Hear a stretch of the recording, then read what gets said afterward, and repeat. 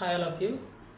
So మనకి ఈరోజు నుంచి కొత్తగా ఇంగ్లీష్ క్లాసులు నేర్చుకోవడం గురించి ఇంగ్లీష్ మీద కొంచెం అవగాహన కోసం కొన్ని క్లాసులు చెప్దాం అనుకుంటున్నాను. సో మన టార్గెట్ ఏంటంటే 90 డేస్ టార్గెట్స్ ఉన్నాం. 90 డేస్ టార్గెట్ ఉంటాం. 90 డేస్లో మ్యాక్సిమం బెటర్గా క్లాస్ వచ్చే విధంగా బెటర్గా ట్రై చేద్దాం. అయితే ఇక్కడ ఏంటి అంటే కనుక ఫస్ట్ మనం డే టు డే లైఫ్లో చూస్తే ఇంగ్లీష్కి ఎక్కువ ఇంపార్టెన్స్ బాగా ఎక్కువ ఉంది. సో చాలామంది చాలా ఎక్కువ ఫీల్ అవుతున్నారు. సో ఇంగ్లీష్ చాలా ఇబ్బందిగా ఉంది.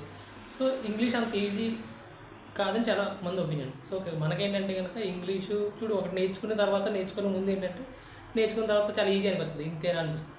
సో ఆ పాయింట్ ఆఫ్ వ్యూలో ఎవరికైనా అలా అనిపించినప్పుడు సో ఆ విషయాల్లో బెటర్గా మనం ఏదైతే నేర్చుకున్నామో దాన్ని ఎక్స్ప్లెయిన్ చేస్తే కొంచెం బెటర్గా ఉంటుంది.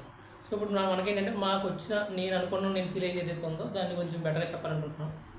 సో ఆ పాయింట్ ఆఫ్ వ్యూలో భాగంగానే ఇంగ్లీష్ని కొంచెం ఈజీ వేలో మనకి ఇంటర్వ్యూస్ కానీ లేకపోతే ఇంగ్లీష్ ఎలా మాట్లాడాలి, అసలు ఫస్ట్ ఇంగ్లీష్ మీద ఫీర్ పోయే విధంగా మనం ఇంగ్లీష్ని డిస్కస్ చేద్దాం.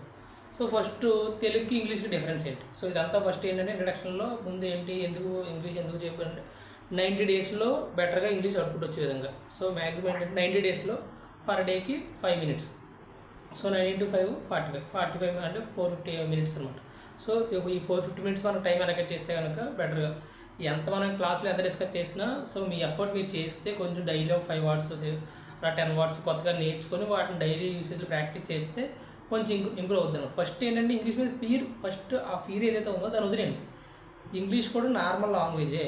ఇంకా చెప్పాలంటే 56 letters ఉన్న తెలుగు కంటే 26 letters ఉన్న ఇంగ్లీష్ చాలా ఈజీ.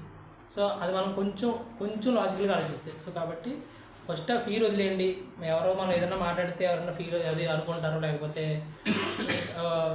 సరిగా వాళ్ళకి కన్వే చేయకపోతే మనం స్ట్రాంగ్గా చేస్తే నవ్వుకుంటారు. ఇవన్నీ నవ్వుకుంటే ఏమైంది, మహా అయితే వాళ్ళ పళ్ళే కనిపిస్తాయి. సో దాని గురించి భయవలసిన అవసరం లేదు. సో కాబట్టి ఫస్ట్ ఫీర్ వదిలేయండి, కొత్తగా నేర్చుకోవడానికి ట్రై చేయండి. సో అందులో భాగంగానే సో మా ఈ వంతు ప్రయత్నం అనమాట.